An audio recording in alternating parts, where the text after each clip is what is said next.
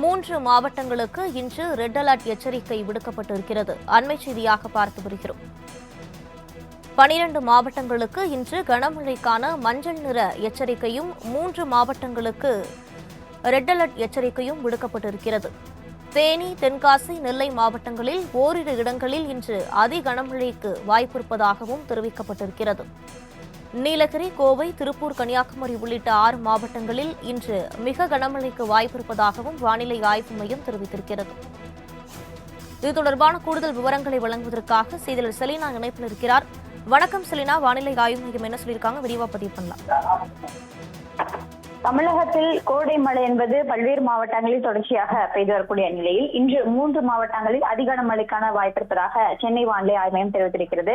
குறிப்பாக தென் தமிழக உள் மாவட்டங்கள் மற்றும் அதனை ஒட்டியிருக்கக்கூடிய பகுதிகளில் மேல் வளிமண்டல கீழடுக்கு சுழற்சி என்பது நிலவி வரக்கூடிய காரணத்தினால் தமிழகத்தில் இன்று 3 மாவட்டங்கள், அதாவது திருநெல்வேலி, தென்காசி, தேனி ஆகிய மாவட்டங்களுக்கு சிவப்பு நிற எச்சரிக்கையும் இந்த 3 மாவட்டங்களில் அதிக மழைக்கான வாய்ப்பிருப்பதாக சென்னை வானிலை ஆய்வு மையம் தெரிவித்திருக்கிறது. அதே போல நீலகிரி, கோவை, திருப்பூர், திண்டுக்கல், விருதுநகர், கன்னியாகுமரி ஆகிய 6 மாவட்டங்களுக்கு மிக கனமழைக்கான வாய்ப்பு, ஆரஞ்சு நிற எச்சரிக்கை என்பது கொடுக்கப்பட்டிருக்கிறது.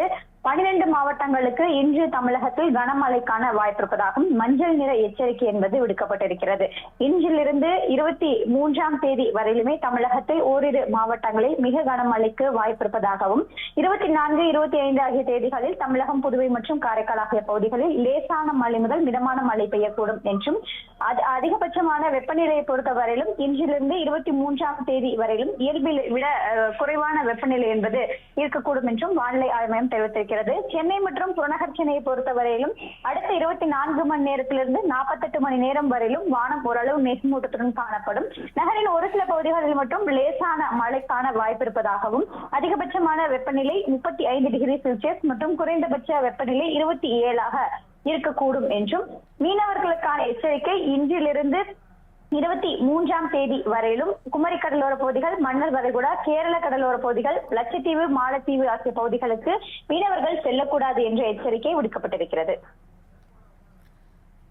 விரிவான விவரங்களுக்கு நன்றி செலினா.